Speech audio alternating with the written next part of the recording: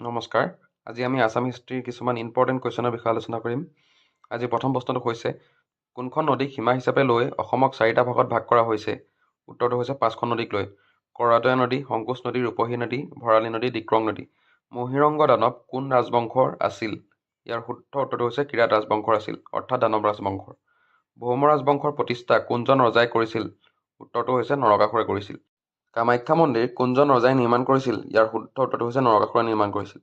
ভগদত্তই নিজৰ জীয়েক ভানুমতীৰ স্বয়ম্বৰৰ সময়ত কোনটো পুখুৰী খন্দাইছিল? শুদ্ধ উত্তৰটো হৈছে দীঘলী পুখুৰী খন্দাইছিল। শ্ৰীকৃষ্ণ নৰকাসুৰক মাৰিবলৈ আহোঁতে অসমৰ কোন ঠাইত জিৰণি লৈছিল? শুদ্ধ উত্তৰটো হৈছে অশ্বকণ্ঠ নামৰ ঠাইত। প্ৰাগজ্যোতিষপুৰত হিন্দু ধৰ্মৰ কোনে প্ৰতিষ্ঠা কৰিছিল? নৰকাসুৰে কৰিছিল। ভীষ্মকে কোন নদীৰ পাৰত কুন্দিল নগৰ প্ৰতিষ্ঠা কৰিছিল? শুদ্ধ উত্তৰটো হৈছে কুন্দিল নদীৰ পাৰত। মহাৰাজা ধীৰাজ উপাধি কোনজন বৰ্মন ৰজাই লৈছিল? শুদ্ধ উত্তৰটো হৈছে পুষ্যবৰ্মন। পুষ্যবৰ্মন বৰ্মন ৰাজবংশৰ প্ৰতিষ্ঠাপক আছিল। অমৃতপ্ৰভা কোনজন বৰ্মন বংশৰ ৰজাৰ জীয়েক আছিল? ইয়াৰ শুদ্ধ উত্তৰটো হৈছে বালবৰ্মনৰ জীয়েক আছিল। অমৃতপ্ৰভা কাশ্মীৰৰ ৰজা মেঘবাহনৰ লগত বিয়া হওঁতে তেওঁৰ লগত লৈ যোৱা বৌদ্ধ ধৰ্মৰ ব্যক্তিজনৰ নামটো কি আছিল? ইয়াৰ শুদ্ধ উত্তৰটো হৈছে স্তূপা। কামৰূপত প্ৰথম অশ্বমেধ যজ্ঞ পতা ৰজাজনৰ নামটো কি আছিল? মহেন্দ্ৰ বৰ্মন। পৰৱৰ্তী প্ৰশ্নটো হৈছে, হৰ্ষবৰ্ধনৰ সমসাময়িক কামৰূপৰ ৰজাজনৰ নামটো কি আছিল? শুদ্ধ উত্তৰটো হৈছে ভাস্কৰ বৰ্মন। হিউৱেন চাঙে কোন বিশ্ববিদ্যালয়ত পঢ়িবলৈ আহিছিল? হিউৱেন চাঙে নালন্দা বিশ্ববিদ্যালয়ত পঢ়িবলৈ আহিছিল। ভাস্কৰ বৰ্মনে হিউৱেন চাঙক দিয়া টুপিটোৰ নামটো কি আছিল? ইয়াৰ শুদ্ধ উত্তৰটো হৈছে হোলালী। শালস্তম্ভ বংশৰ শেষ ৰজাজনৰ নামটো কি? শুদ্ধ উত্তৰটো হৈছে ত্যাগসিংহ। শালস্তম্ভ বংশৰ ৰজাসকলে কাক উপাসনা কৰিছিল?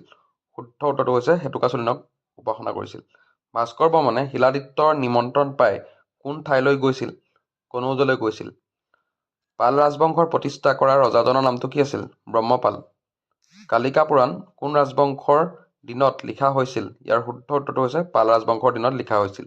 আজিৰ পৰৱৰ্তী প্ৰশ্নটো হৈছে, মদন কামদেৱ মন্দিৰ কোন ৰাজবংশৰ দিনত বনোৱা হৈছিল? পাল ৰাজবংশৰ দিনত বনোৱা হৈছিল। পাল ৰাজবংশৰ ৰাজধানীখনৰ নামটো কি আছিল? শুদ্ধ উত্তৰটো হৈছে দুৰ্জয়া। অসম আক্ৰমণ কৰা প্ৰথম মুছলমান আক্ৰমণকাৰীজনৰ নামটো কি আছিল?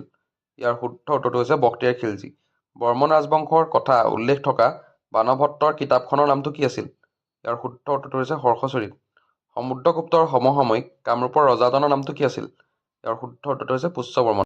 আপোনালোকলৈ আগবঢ়োৱা আজিৰ মোৰ প্ৰশ্নটো হৈছে, বখতিয়াৰ খিলজীৰ অসম আক্ৰমণৰ কথা ক'ত উল্লেখ আছে? এই প্ৰশ্নটো আপোনালোকে কমেণ্ট কৰি জনাব পাৰে। ধন্যবাদ।